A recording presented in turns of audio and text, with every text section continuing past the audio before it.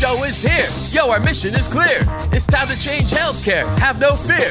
Today is the day. This is the hour. Together, you know we've got the power. Drop the silos. We're all the same team. Experience, business, tech, and marketing.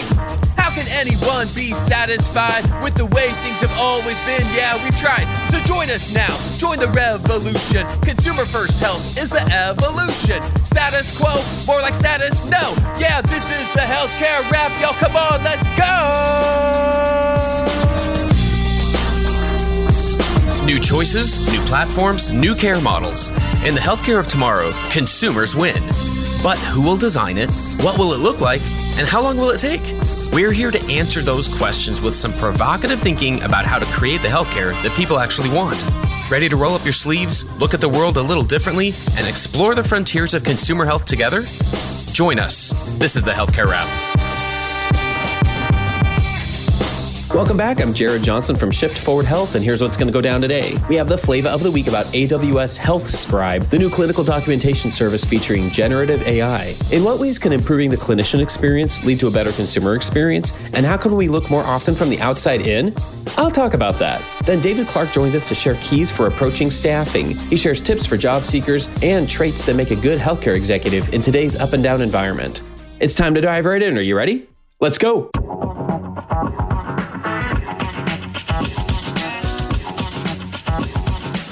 Flavor of the week. One of the fastest ways to reducing friction in the consumer's experience is to reduce friction in the clinician's experience. Case in point, Amazon Web Services announced a generative AI solution for healthcare documentation software. According to Fierce Healthcare, AWS Health Scribe uses generative AI and speech recognition to help doctors transcribe and analyze their conversations with patients and draft clinical notes. With the new service, healthcare software providers can use a single API to build clinical applications that automatically generate preliminary clinical notes by analyzing patient-clinician conversations. The service can create transcripts, extract key details such as medical terms and medications, and create summaries from doctor-patient discussions that can then be entered into an EHR system. Bratin Saha, Vice President of Machine Learning and Artificial Intelligence Services at AWS, was quoted as saying, "Our healthcare customers and partners tell us they want to spend more time creating innovative clinical care and research solutions for their patients while spending less time building, maintaining, and operating foundational health data capabilities." Close quote. The knee-jerk reaction to any announcement involving patient data is what? Concerns about privacy, and those do need to be addressed. But there are other questions under the surface that highlight the potential impact on how consumers encounter care. The main one is, can this improve the consumer's experience without adding to the provider's workload? I don't know that the average consumer is aware of the volume of documentation that providers log every day and its effect on their burnout, but if this can lead to the provider making more eye contact in the exam room or having a more informed discussion with the patient, it could be quite promising. It's so easy to look from the inside out and discount things that are different. The status quo is so much easier to think about and continue to do. It takes a disruptor's mindset to put the consumer and their needs at the center of the change management process, even when you're talking about something that doesn't typically come up in patient experience surveys like clinical documentation. I hope to have this conversation more often because we don't want any of the consumer improvements that we discuss on this show to come at the expense of clinicians' well-being. Let's make it a habit to look more often from the outside in and seek out ways to make life easier for consumers and clinicians. That's another way that we'll build the healthcare of tomorrow. And that's the flavor of the week. Hey y'all, there are still so many marketing questions to talk about, and that's why we've created the Relevant podcast channel. How do you market healthcare to modern consumers? How do B2B marketers reach modern healthcare buyers? And how do you achieve your own career goals in this modern world of work? Join me and my rotating set of co-hosts, including Peter Balistreri and Mitch Holdwick, as we offer quick thoughts on these topics and much more. Subscribe to Relevant wherever you listen to podcasts.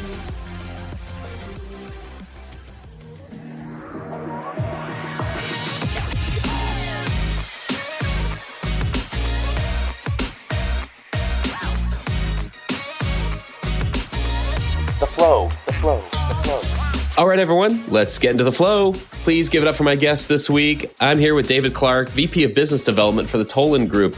We're going to talk about staffing and a lot of topics that come up in the day-to-day things that happen in our industry. David, welcome to the Healthcare Wrap. Jared, thanks for having me. Really appreciate the time. Let's help our listeners get to know you a little bit better first. What would you like them to know about you personally and professionally? Yeah, absolutely. Again, my name is David Clark. I'm the Vice President of Business Development for the Tolan Group.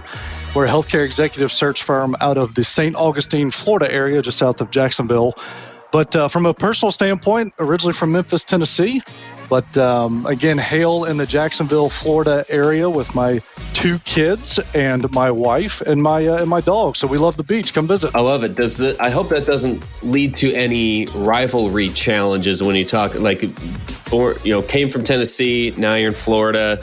I hope there aren't any challenges there in terms of who to root for. There's plenty of that, Jared. Obviously in the Southeast, college football or college sports are king. So I'm interesting, though. Born in Memphis, grew up a Vanderbilt fan, not University of Tennessee, which is weird for some people, yet my alma mater is Auburn. So I grew up in Tennessee, went to college in Alabama, and now I'm a Floridian. So now I have to get used to the Gators. Yeah, my wife went to Florida State, so it gets really icky around the Clark household. Oh, the fall is going to be a great time of year then, man. I'd have to come over sometime if I lived anywhere nearby. That'd be fun. You're always welcome. The Auburn-Florida State National Championship game a few years ago, that was, we had to put that in our vows with my wife and I. It was a lot of fun. Thank goodness Florida State won for my own sake. Oh, nice. And glad we mentioned that too. You know, we have to make sure we do that. And of course, leave it to myself to invite myself over to your house. But, anytime. Fantastic. What's interesting here, like I said, we're going to dive into staffing. Do you want to give us a little overview of the Tolan Group and what y'all do and what areas you focus on? Yeah, absolutely. So as mentioned before, we're based out of St. Augustine, Florida. We're a healthcare executive search firm. So we'll partner with private equity firms, venture capital firms, their portfolio companies. We work in the provider space as well with a niche in revenue cycle management, but also opcos or independent companies or operating companies.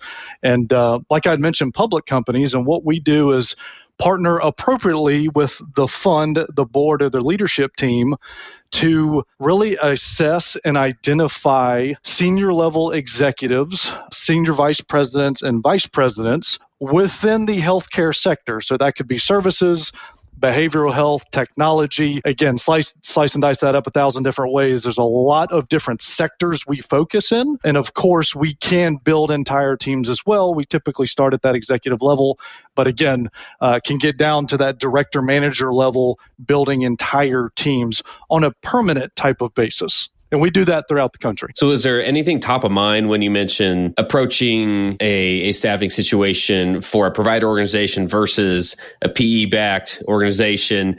Is there anything, at the surface that might work a little differently? Yeah, so everybody has different buying behavior, right?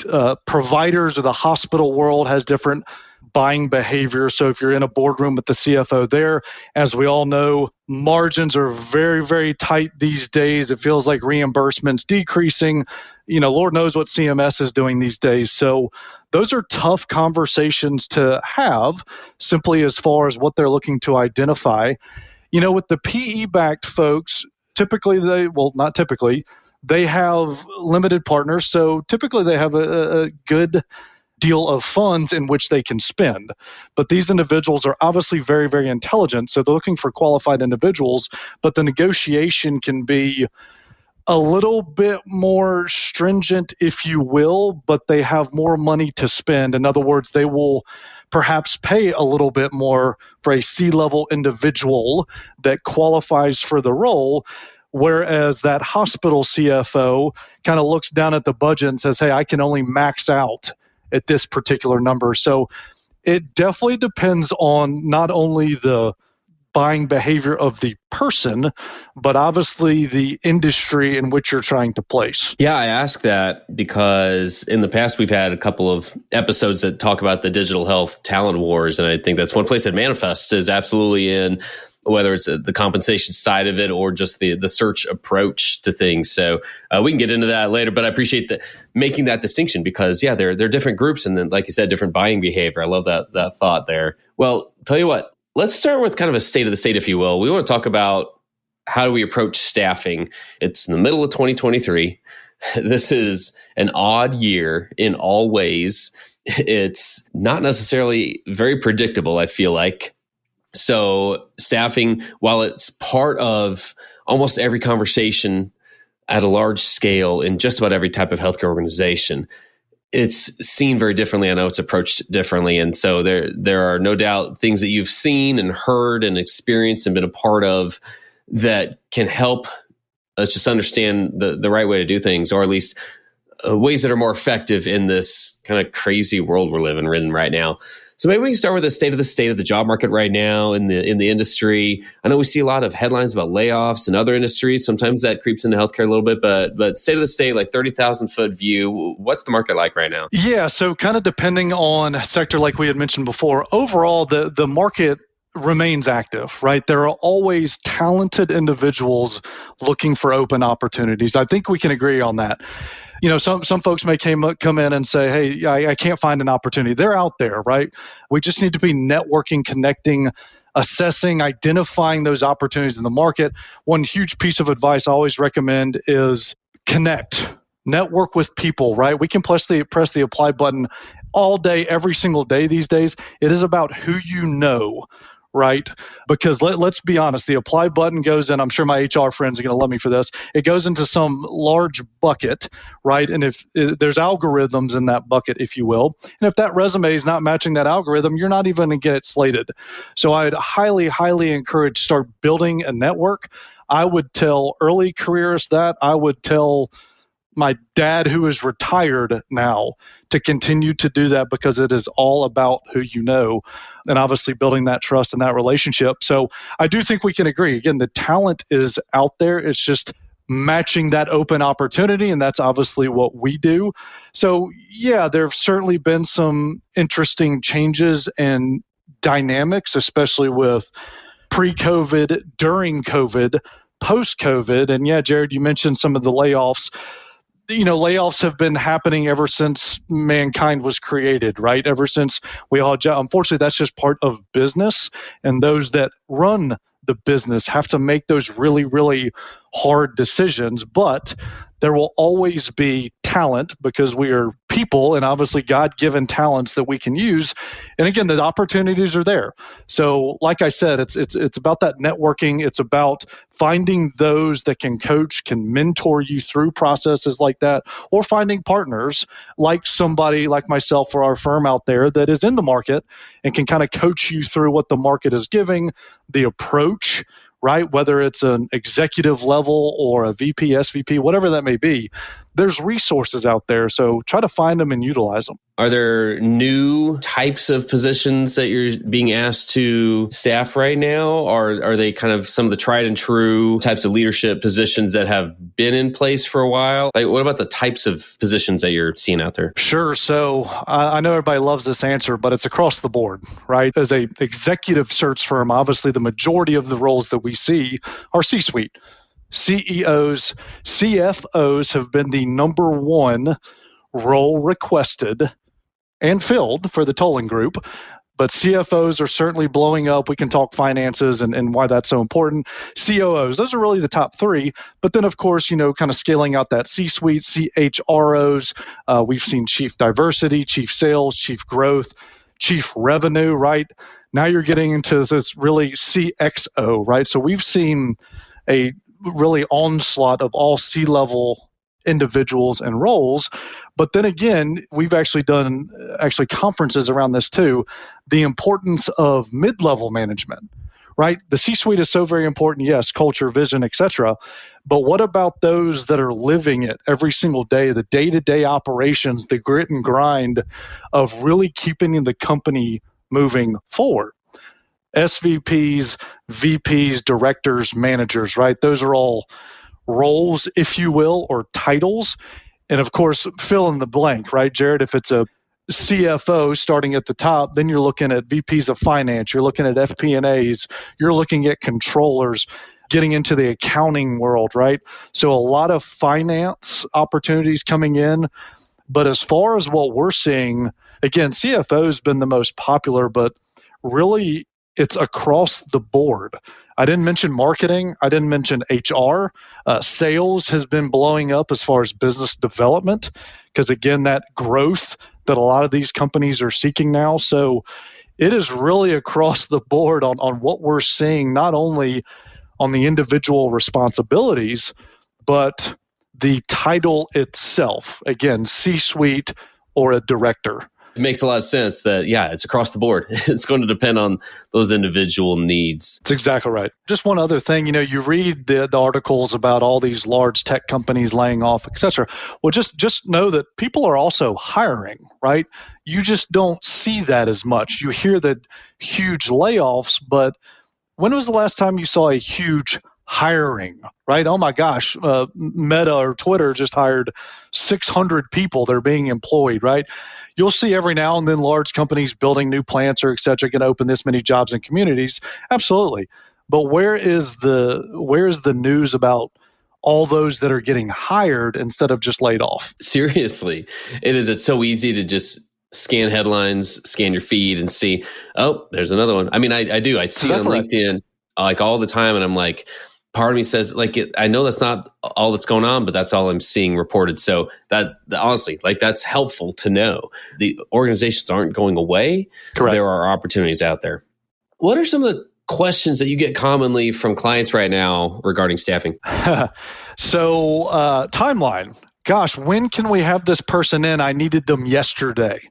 Right there's this, what do I want to call it? There's this feel out there. If you've never worked maybe with partners, whether it's a search firm, staffing agent, whatever it may be, there's a feel that, us as kind of service industry experts, I'm going to call it in the people business, that we go into our warehouse, right? We get our forklift and grab these individuals off the shelves. They're waiting there.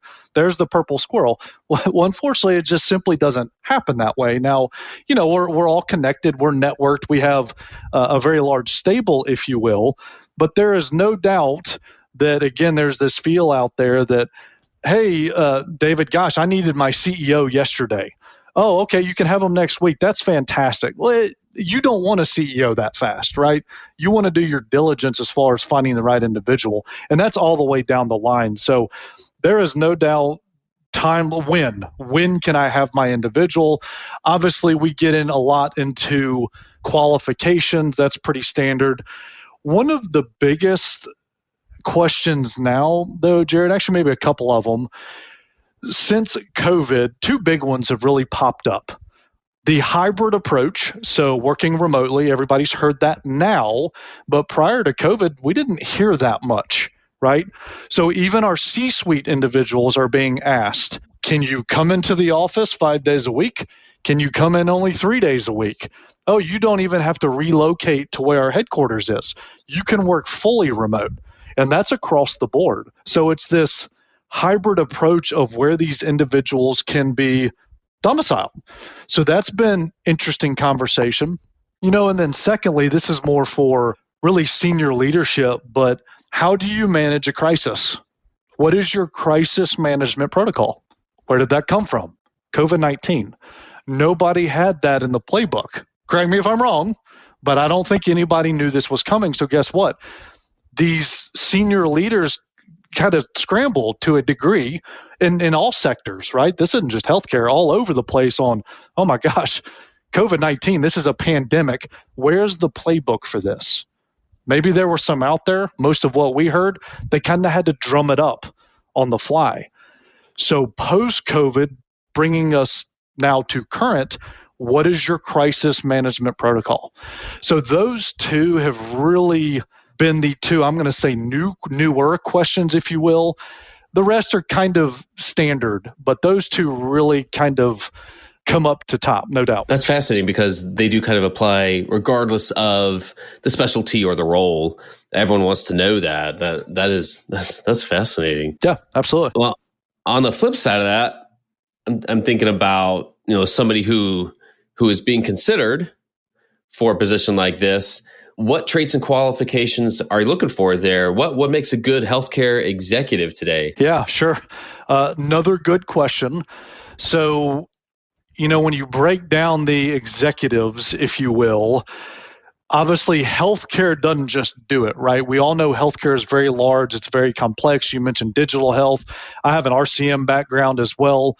So it's really qualifying what we call kind of the nuts and bolts of their really their past and their experience, right? And yes, that sounds pretty straightforward. David, wow, you're a genius. Well, it is, but it isn't, so to speak. So it's really understanding what makes the person tick and their experience within that sector, whether it's tech, whether it's services, behavioral health, whatever it may be. But not only that, it's they've got that experience, but it also has to match what the individual is hiring for, whether it's the PE, the VC, the provider, whoever it is. Just because that person has 40 years of experience in healthcare technology does not mean that healthcare technology company is going to hire them for whatever reason it may be. So there's just a lot of different variables that come in, not only from our clients and what they're asking for, but also the candidate market and what they are asking for. And I will say, Jared, just to kind of add on to that, overall, kind of what we're seeing, whatever executive it may be, a lot of the ask now is how these individuals can roll up their sleeves and get much more involved in the business in which they are in. So, like an example, let's just take that CFO, right? Previously, a CFO may come into a boardroom. That individual has the numbers, right? 10 minutes, here's the numbers of the company, leaves the boardroom, right? Gives the presentation, I'm out. Not anymore. Continuing on the CFO path, these individuals roll up their sleeves. They need to be getting down really into the day-to-day operations, understanding the trajectory of the company. That really is kind of an evolution, isn't it? I mean, it's been... feels like we've been going that direction, but it hasn't always been all manifest in that same way. That's exactly right. Again, not know my age, when I was growing up, it was kind of you kind of remain in your lane, if you will. Well, this is just what we're saying. Not anymore, right? It's the ability to kind of adapt and flex not only to what the market or the clients are giving you, but also internally and how we're leading our companies these days. I mean, does the CEO, CFO, now depending on the size of the company, right, really understand what goes on day to day? Hopefully, but do they? Or right. Those day-to-day operators, gosh, what if a phone call came in from a C-level individual just saying, hey, how's your day going today? Tell me about what you do. So showing that appreciation, which, like you had mentioned, there is some turnover these days too. Last thing we want now is internal employee turnover. We want to keep the people, especially the ones that do a really good job. Nice. Well, I appreciate that because, from a day-to-day perspective, being involved in this, that helps us to kind of see what you're seeing here. I imagine there are openings that stand out more than others. I wonder if you could just give us an example of an opening that you're sourcing right now and what you're looking for in that candidate. Clearly, don't reveal anything they don't need to, but give us an example of one of the things you just shared in terms of an opening that you're sourcing and what you would be looking for top of mind. Yeah. So kind of given the audience here, again, we do a lot within the industry, but on the provider side, so when I say provider, hospitals, health systems, so we are currently sourcing a vice president of revenue cycle management. So some people say, oh, yeah, that's pretty cool. I love that. Some people may say, what the heck is revenue cycle management, right? It's how hospitals make cash. Let's just simplify that. The reimbursement structures, working with the payers, pretty much how hospitals keep their doors open. So currently, we are sourcing one east of the Mississippi for a vice president of RCM. So to kind of give you an idea, right, we have a job description. Obviously, we're working closely with the CFO, who obviously has been very well communicative with us. It's certainly a partnership because this is a top level position in his hospital. So obviously wants to stay engaged. But there's a lot that goes into this, right? It's not only the job description. It's what we had mentioned earlier. It's the qualifications of the individual. It's relocation packages. It's that hybrid approach. Does this individual need to be in the hospital or the business office every single day? Or can they live wherever, west of the Mississippi, and fly in once a month, right? So we're grabbing all of those details now. And then again, ultimately what we do is we kind of do a soft vet into the market to get an idea of what's there. And how we approach the market is picture dropping a rock where this hospital is and that ripple effect, right? Start locally and then you kind of work your way out as far as the ripples are concerned. So we'll kind of start there, do a soft vet in the market, a few profiles, then we'll re-engage with the CFO. He says, okay, that looks pretty good. I think you guys are on the right track. Or we need to tweak this and that, right? I like what I see, but I think we need to change this experience in coding or collections or accounts receivable, whatever it may be. We then adjust appropriately, move back into the market, and then we do full vets, right? Which ultimately means, okay, we found these individuals and now we're going to put them through our process as far as qualifying for that open role. And, Jared, this could take, depending on communication, right, how back and forth we need to go with candidates, it could take, 8 to 10 weeks. It could take longer. It could take shorter, but they're certainly a lot of fun to work on. Awesome, David. Well, we're going to try something a little new, if that's all right with you. I would like to try a rapid fire round. So the premise is I'll share a few different types of job seekers, and I'd love for you to just give your top advice, whatever comes first to mind.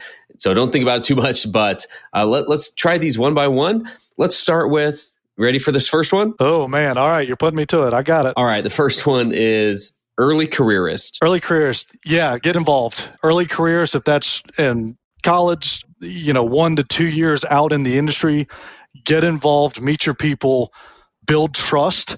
But I would also say find a coach, find a mentor, perhaps maybe 5-10 years ahead of you, if not more, 10 plus years, that you really put a lot of respect in, I'm going to say trust again in, because that person can kind of help you along, because there will be bad days for the early career. So there's going to be great days, don't get me wrong. There will also be bad days where it's going to be, wow, why did I do this? What am I doing? I should have chosen a new career. Stick to it, stay in there, get a great coach, build trust, connect with your colleagues. And like I said, it doesn't ever hurt to introduce yourself to the leaders of your organization as well. Fantastic. All right, our second one, you ready? Our second one is middle manager. Middle manager, I would say, similar to early careers, I'm going to say them for all. So hopefully I don't get hurt after that. Find a coach, find a mentor that continues to pull you along. Middle management, it's an incredible responsibility there too, because I feel like a lot of the day-to-day grit and grind gets put on you.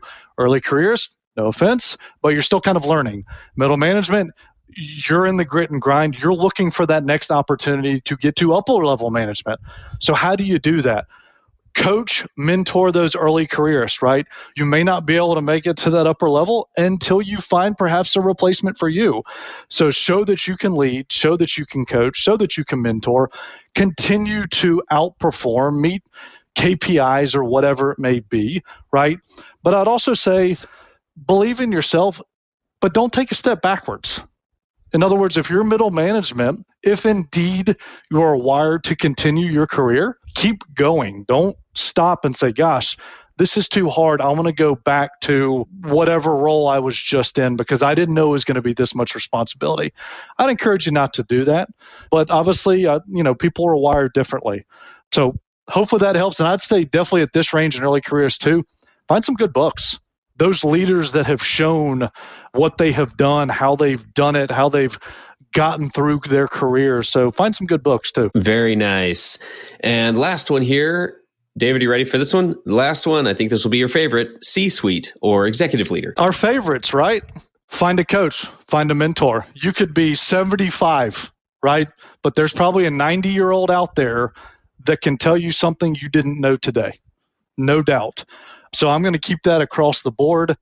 For the C-suite individuals, I'm sure those people are probably already reading and investing in how they continue to adapt and flex. Get to know your other C-suite members. Like I had mentioned before, understand the rest of the company. What do your SVPs, your VPs, your associate, your analyst, what do they do on a daily basis? Pick up the phone and introduce yourself to somebody new every day, right? That, at least for me, would tell me, oh my gosh, my CEO, what an incredible person. He or she didn't just have to call me, but they did. They have no idea who I am. So I'd say really, really invest, over communicate, make people feel like they're valued and appreciated in your organization. Because like we had mentioned earlier, Jared, yes, you don't see all the job opportunities, but they're out there, and people will jump to other jobs based on whatever it may be, right? And a lot of that comes from our C-suite individuals. David, that's outstanding. Thanks for giving us so much to think about today. For our listeners who want to learn more about the Toland Group, the work you do, and just to connect with you personally, what's the best way for them to do that? Yeah, well, first off, Jared, really appreciate the opportunity. It's been a lot of fun. Been great to get to know you. So thank you. Thank Healthcare Wrap. And yeah, you can search us at thetolandgroup.com. That's T-H-E, Toland's T-O-L-A-N, group.com. Again, we're out of St. Augustine, Florida. My ugly mug is on the website, so you're welcome to reach out anytime. Well, thanks again. And with that, that's a wrap for this episode. I've had the pleasure of speaking with David Clark from the Toland Group. Thanks so much for joining us today. Thanks for tuning in. If you like what you heard, please spread the word. Tell your colleagues to tune in for all the awesomeness, then leave a review on Apple, Spotify, or wherever you listen. This show is produced by Shift Forward Health, the channel for changemakers. Subscribe to Shift Forward Health on your favorite podcast app, and you'll be subscribed to our entire library of shows. See our full lineup at shiftforwardhealth.com. One subscription, all the podcasts you need, and it's all for free. And remember, we might have a lot of work to do in healthcare, but we'll get there faster together. Thanks again.